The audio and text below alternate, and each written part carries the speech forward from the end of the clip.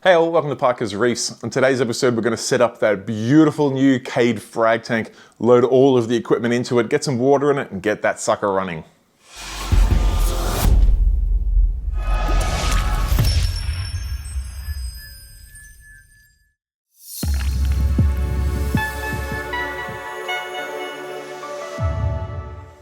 Alright, thanks for joining me on another episode of Parker's Reefs. And if you saw a previous episode I did on setting up the CADE frag tank in 20 minutes, you'll know where that tank currently sits. Didn't take much effort at all to take it out of the box, sit the tank on top of the stand, attach the pre-cut and glued plumbing to it, and have that guy ready to put some equipment in. And today's the day where we're going to load that equipment in. And I really want to take advantage of the CADE's power center by keeping all of the controllers and things like that over on a dry side of the cabinet in a really neat and functional way. Electrical is something that I've always struggled with. In the sense that it's sometimes when you see pictures online and things like that, you see things that are really, really neat, but I can imagine they'd be a nightmare to work with when something goes wrong. And conversely, like my dream reef tank at the moment and my previous main display, the power was a little bit of a rat's nest, just with power bricks and cables all tangled up, and it was an absolute nightmare to work on as well. So I guess today's episode, I really want to focus on trying to get all of that equipment really, really neat, utilizing the CADE power center and just having things looking as schmick as they can be. So I guess without any further ado, let's go see what equipment I've got to load into this tank and get it all happening. All right, so last time with the CADE Pro frag tank, I fitted up the Ecotech Vectra M2 and did all the plumbing. This time it's time to kit it out with just a little bit more equipment from the team at Ecotech Marine. I've gone things in threes. We've got 3 of the Ecotech XR30 Pro Gen 5 lamps. We've got 3 of their RMS mounts. And last but not least, we've got 3 MP40QDs. Let's get stuck into fitting this gear up. Alright, so the first thing I need to fit up is the lights, and I was going to show you the footage of the RMS mounts on the Radians, but it's so ridiculously simple that it's probably a waste of your time. You literally take them out of the box, screw the Radian onto it, and mount it to your tank. It's quite simple. Now on the CADE systems, because I'm using the RO chamber in the back, I do use the long mounts, and I do have the lights facing front to back, and I have them at almost full extension. Now that does make the lights droop a little at the front, which at first I wasn't sure about, but the more I thought about it, it was actually the ideal scenario in that it actually angles the light back towards the tank rather than at the viewer's eyes. So I guess it's one of those unexpected wins, and I mounted the lights in a spot where I could get all 3 of them in that back chamber. Obviously I put one in the center, then I put the 2 outside ones as far from that as I could. I measured it up and made sure that fitted neatly.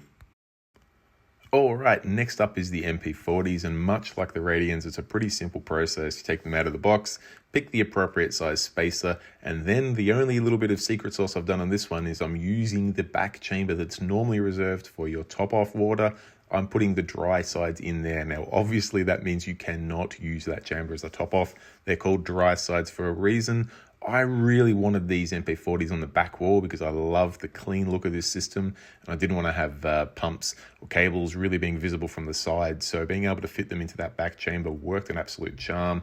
I've lined them up with the 3 lights just to keep things fairly symmetrical. I do have a little bit of a V shape going on, which is because of the frag rack that will be coming in a week or 2. I'll go into some more details on that later.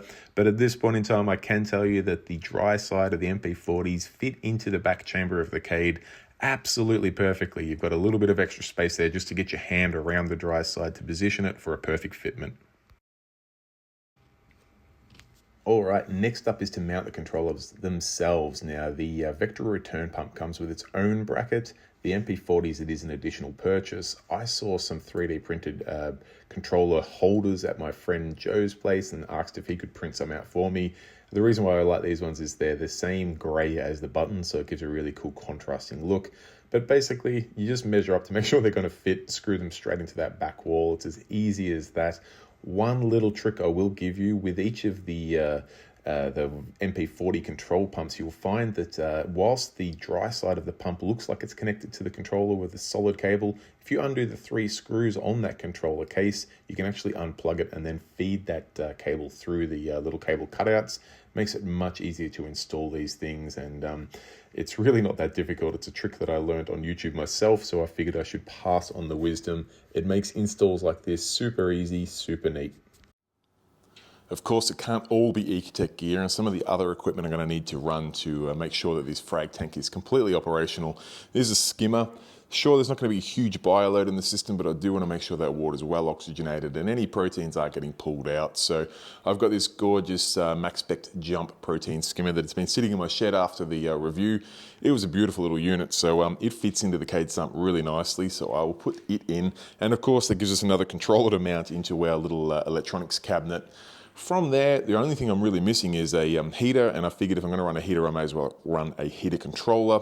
So I've got the AquaEL platinum heater here, which gives me the ability to set the temperature there by the button on the top digitally. But also I will run an Inkbird controller here just because at some point in time I might want to hook some fans onto this system. So I've got the heating outlet and the cooling outlet. This will give me a separate temperature probe as well, just to make sure that everything's in the range that I want it to be. Now, I'm going to get to work mounting up these bits of equipment, but there's also another component that I can't overlook, and that's all of the power bricks. So what I've done here is I've just cut out a little bit of plastic that fits the inside of the CADE cabinet on the other side from the control center. And I've gone about sitting all of my power bricks where I want them. Now, I've gone a couple of different options here. I've got these gorgeous little 3D printed brackets for the giant Radian power bricks that were printed out by a good friend of mine, Joe. Thank you very much, Joe. These just let the power bricks sit in there nice and neatly. That'll keep all the cables running the same direction, and then the power in cables go up there. And then conversely, I've got the return pump and then the 3 Vortex, and then this is the power supply for the skimmer. I've used the Ecotech power brick brackets, I guess they call them. I'm not sure what they call them. There you go, power supply bracket, there you go. These little things are really cool. They come with some screw holes, but they also have some 3M double-sided tape. They've got some Velcro, and they basically just cup around the power supply like that. I've got these little tabs down here to hold them so you can put them top and bottom and give you a nice little physical location. You can mount them with the 3M tape, or you can just use the 3M tape to hold that in position, so you can peel that off, sit that where you want it, then you can take the brick out and screw in if you want to. I'm hoping the 3M tape is going to be enough. I'm just going to 3M these to this board, and it's going to make it a semi-removable board. It's just going to keep everything up and off the ground and a bit tidier, I guess. You can see there's still going to be a whole menagerie of cables because we've got all the power cables coming out from the Radian bricks here. There'll be 3 power cables going in there.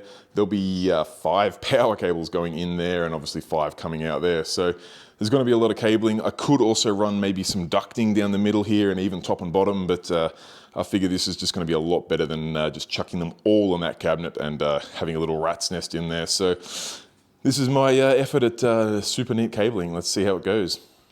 One other vital step in this process, obviously, is to get some water in the tank. So just as a little break from the electrical side, I took one of the radians off the back wall just to give me a little bit more room to tip some water in.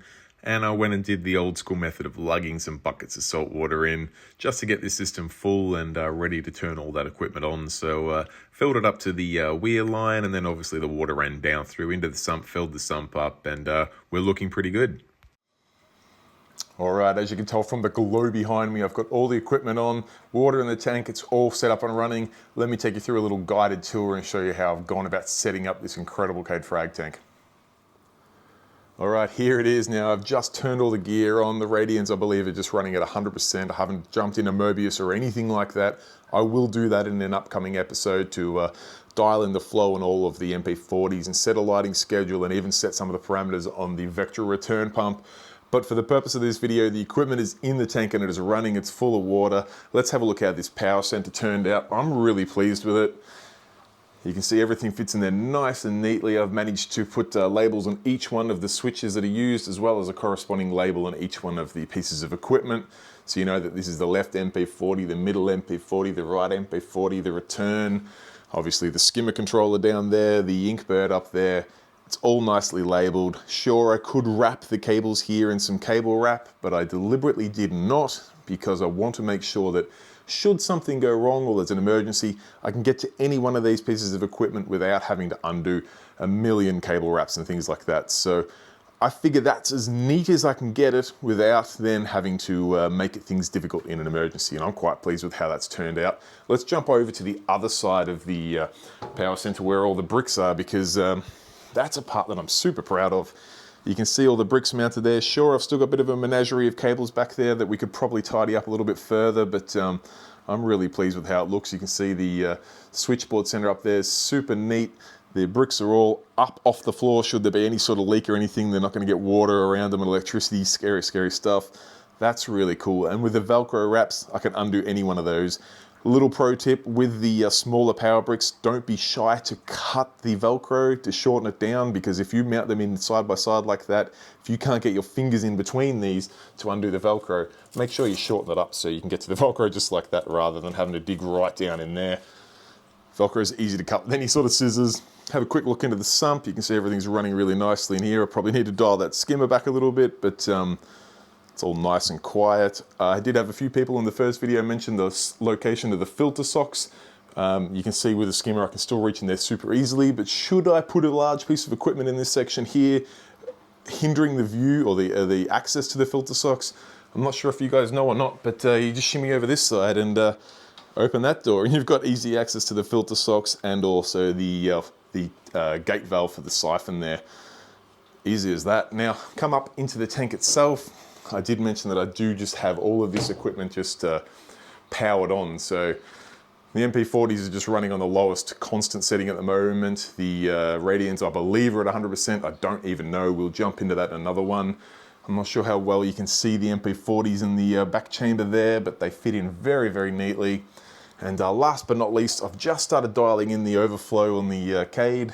I've got the full siphon, obviously, completely underwater, and I have the secondary just taking a tiny trickle of water and obviously handling all of the air, and that's got the system running nice and neat. The only thing you can really hear is the fans coming off the radians, because I believe they're running at a full 100%, and the fan from my Red Sea Max. It's all super nice and quiet, so I think that's looking pretty good. Let me know what you guys think. Alright guys, there you have it, my CADE frag tank. The 1200 Series 2 is now up and running. I've loaded all that gear in there. It's all mounted so nicely. It looks like I can get to access the controllers nice and neatly on a day-to-day operation, but also, should something go wrong, I can rip those power bricks or controllers out of there, get to any of the equipment in quite a hurry, which is something that I find is always a little bit of a balancing act when you're doing electrical, trying to get it neat as well as trying to get it functional. So I feel like I've struck a pretty good balance there, and I personally could not be happier with the outcome.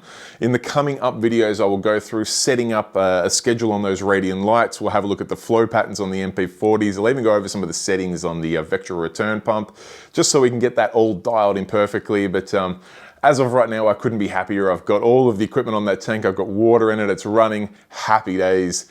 If you have any questions at all about the CADE tank, the Ecotech equipment, the Maxspect equipment, the Inkbird controller, whatever it may be, feel free to pop it in the comment section down below. I personally reply to each and every question that goes down there, so that is the best way to get hold of me. Other than that, guys, if you enjoyed the video, give it a thumbs up, and last but not least, if you're yet to subscribe, please consider doing so. It takes 2 seconds of your time, because no money whatsoever, and it goes a long way to helping me out on this channel. If you haven't heard yet, the aim this year is to hit 25,000 members, and I would love for you to be a part of that, so please consider hitting that subscribe button. Other than that, guys, till next time, stay safe, keep reefing.